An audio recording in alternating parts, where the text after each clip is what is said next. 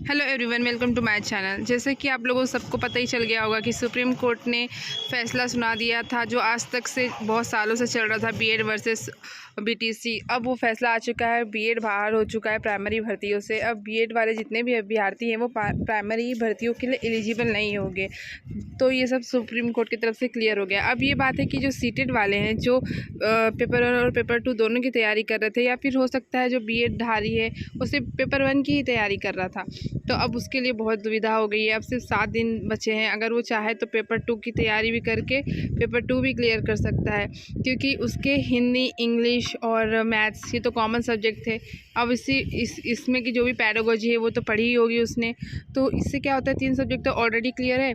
अब आपको क्या करना है, सिर्फ साइंस को आपको अच्छे से पढ़ना है, उसकी पैडागोजी भी करनी है और उसके जो भी कंसेप्ट है उसके पास आप प्रीवियस ईयर क्वेश्चन लगाते जाइए और 1-लाइनर नोट्स बनाते जाइए।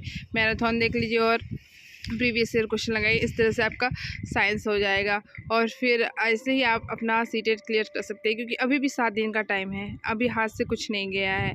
और जो पेपर 1 के लिए भरे थे बीएड वाले और जिन्होंने पेपर 2 का फॉर्म भरा ही नहीं था, तब उनके लिए तो कुछ हो ही नहीं सकता है। तो जिसने भी अगर दोनों फॉर्म भरा होगा तो उसके लिए तो बहुत अच्छी बात है, बट ये बहुत बुरी बात आई है सामने कि बीएड वाले अब नहीं भर सकते हैं प्राइमरी के लिए। और जो बीपीएससी का फॉर्म भरे हैं, अब उनके लिए क्या होगा कि जो प्राइमरी वाले के लिए फॉर्म भरे बीएड वाले, अब उनका क्या होगा, कुछ नहीं होगा। अब ये पूरा बिहार सरकार पे डिपेंड है। अगर बिहार सरकार कुछ एनसीटी की गाइडलाइंस आती है तो उसमें कुछ चेंजेस होंगे तो एलिजिबल हो सकते हैं बीएड वाले भी।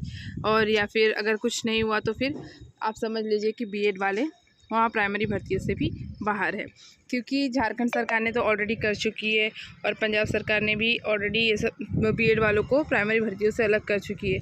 अब जो भी होगा वो तो कोड और बिहार सरकार के पर ही है। तो ये सब छोड़कर आप अपनी सी पढ़ाई पे लगे रहिए और जितना ज़्यादा हो सके आप प्रीवियस ईयर क्वेश्चन लगाइए, आपका पेपर 2 भी निकल जाएगा। क्योंकि अगर आप सिर्फ पेपर 1 की तैयारी करते हैं तो अब पेपर 1 का कोई मतलब नहीं है। अगर आपको पेपर देना है तो दे लीजिए, बट अब उसका कोई मतलब नहीं है, क्योंकि अब बीएड वाले पेपर 2 के लिए ही एलिजिबल है। पेपर 1 अगर निकालते हैं तो प्राइमरी भर्ती में नहीं भर पाएंगे। तो ये एक इन्फॉर्मेशन थी जो मुझे आपको देनी थी मेरी वीडियो के थ्रू। आई होप आप लोग अपनी पढ़ाई अच्छे से कर रहे होंगे। चलिए मिलते हैं नेक्स्ट वीडियो में, तब तक के लिए बाय बाय।